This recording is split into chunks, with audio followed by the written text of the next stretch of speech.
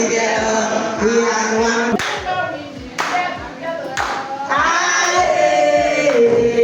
We are together, we are one.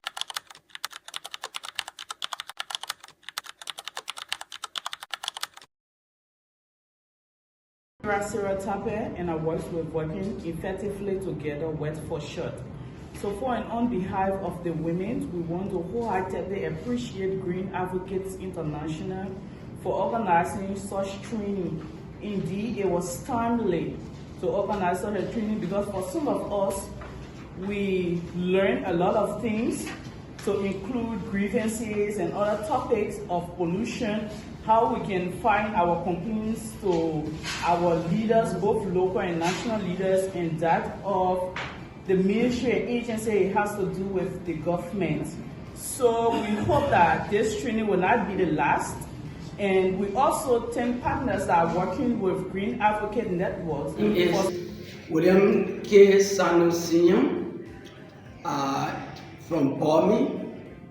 I work with an organization called POMI Citizen Advocacy Union, and I am the executive director of that particular institution.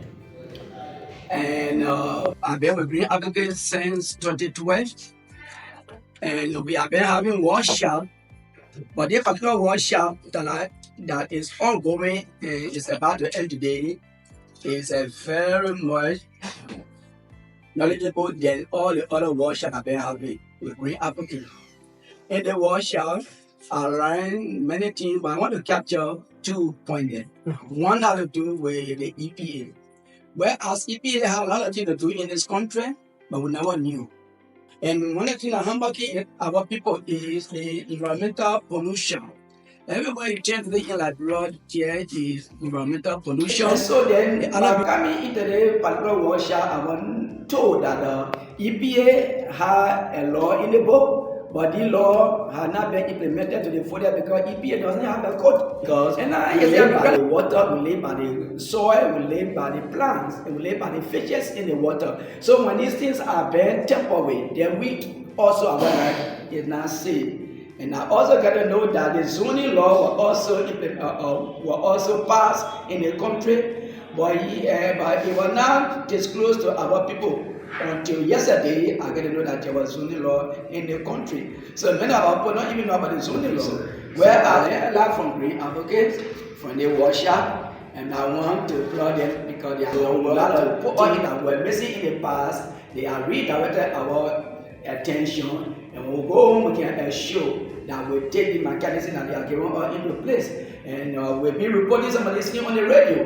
Because one thing I learned is that some of the things we did it in the corner, other people did not know, or because we're not media friendly. But from this meeting, we're going to be media friendly. Our women, sometimes the land that they use for farming, people go there and encroach on the land and start to bring some development in the name of, or they want to bring development, they try to encroach on the land in the name of they want to bring development for the people. But you can't bring development for the people in the absence of the people knowledge.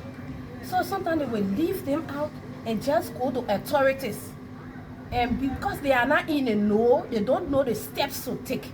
So now I'm going back to be able to tell them these are the steps we should take to engage these people who are coming to take us from this land. The training has opened my eyes in another dimension when it comes to this environmental issue. It have taught me a lot that there's more need to be done. We need to do more, we need to push more, especially organizations that are involved in environmental issues. While we or are as a worker of the National Institute for Public Opinion, we are going to work on the gender side of it, which has to do with the women inclusion, the women participation, and the respect of women's rights. What's your name again? I'm God's people. Which county? Maryland County. Like I said, once I came here and I learned something from here today because we were doing it and we never reached the particular place that they have taught us. Yeah, we weren't following the rightful procedures. And today, since we came from in here now, I believe that if I go back, I will make a difference. and I will make a change because they have already educated me on how to go about these things, choose step by step. Well, it's very important because there was some other thing that we did not know, more especially when we started this campaign. We have been, been going through several workshops, and then this is very important because we have some other people who from the local area, they were able to, bring up in some like race taking, and also some threats, and some other information that is very important, and it will boost our work, when we get back home. What have been the challenges in your area? Well, as what we are doing, there are so many challenges. Yeah, sometimes we can, like for me, sometimes I don't really work in the night in the plantation, even though I have not experienced anything there. Or in life, you yourself is your own security. And pertaining to the type of work we are doing, we try to push our people interest. We need to secure ourselves first before any other person. I'm going to D mode with Abroje Anissa. Which county? Grand Bassa on the La Construction area. My name is Abraham Benab from Fusion 2030 Campaign Initiative Movement. I'm from Commerce, County District. It is great to be here today. The presence of it, because there are many things we've been doing as the advocates, and we are not guided. If within ourselves we feel that we are doing the right thing, but today we need to know that there are many things we are doing that are missteps, but from the training to know that we can go and do more from what we are learning. When we talk about who to carry our complaint to, who are the stakeholders or who are the defenders when we come to issues like if you have an issue, who do we go to, like when it comes to land rights issues, who do you firstly go to launch your complaint, who are those people you need to go to when you talk about local authority, like the superintendent, like the commissioner, like the schools. There are people we need to go to. Before then we never knew it, so now we want to Monrovia, to other capital building or to the ministry itself. So now we tell you go back. So those educations were not there. So where we are learning and what we will learn more, because we have more to do. That's what Cody was saying. We are requesting that the institutions should provide more training for us and more material that we will work in the field that we can do. No. And have a passion for the work I'm doing. So we will definitely go into the community and we'll give the information out to our people by forums, on the radio, because sometimes some places people do better listen to the radio. So then you go to the community, you provide community forums, you talk to people. Then when companies coming, they are the thing we need to agree to. Because don't think that you're someone to work with the company and the company can just give you a lane out. So there are a lot of environmental acknowledgement we have to give to our people for what we are learning. How do you work? And final. Hey, they will impact my work greatly because there are a lot of laws that we never knew when it comes to advocating for land rights, on top of air pollution, on top of money setters, what are those things we need to do. Even when we go to somebody and they tell you, say, you have to do this, what law gave you the right to tell the person you have to do this? So it was so great. Sometimes when we are carrying on some protests or other things, we just basically deal with our lawmakers and just go to Monrovia. When it's about mine issue, we go to Ministry of Mines and Energy, EPA and other things.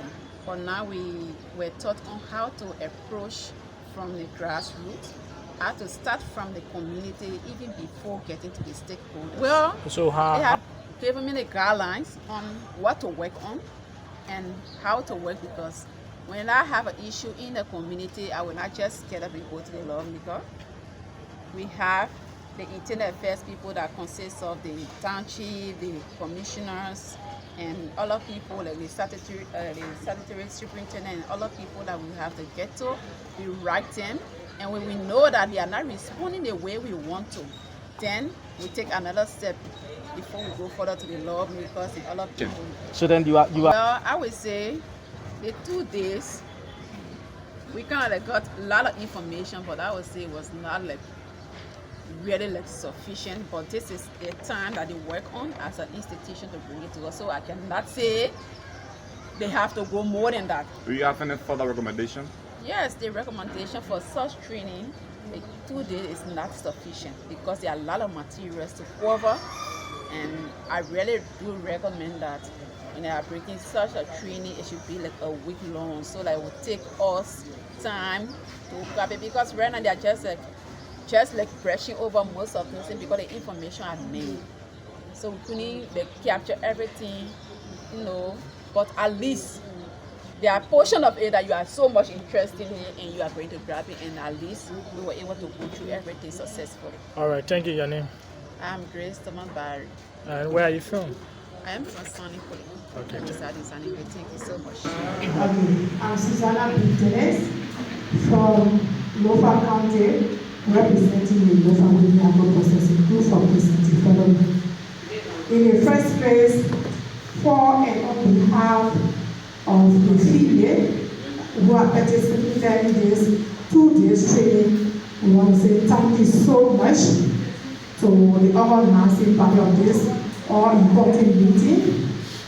And let me say thank you also for all of the participation, because the 2 days have been very, very educative. We have learned a lot, especially for those of us that are from the background of the Grassroot organization.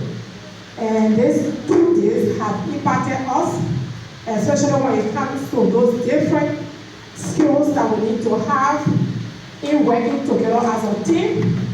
How we're supposed to create a mindset that while we are advocating for other people, we also need to take into account the safety of our own personal life. And then in addition to that, in the process of advocating, our key objective should not only be our personal benefit, but we should also take into account the benefit of the society at large. And we should also be key of having the result of anything that we are doing to impact our society. So we want to say thank you. We really appreciate the 2 days, and we are hoping that every knowledge that we have acquired from this 2 days will not remain in this form, but will serve as an ambassador to carry the message to our various organizations that we are trying to represent. And we also want to encourage that there shouldn't be a last, especially we are depending on you people to build us up, that tomorrow will serve to be an independent organization that we can better extend to other people. So for and on behalf of the FIDE, we want to say thank you so much. We appreciate it. The training brought together GEDs from across Liberia. This was made possible by the support from the U.S. State Department, the World Research Institute, and implemented by Green Advocates International.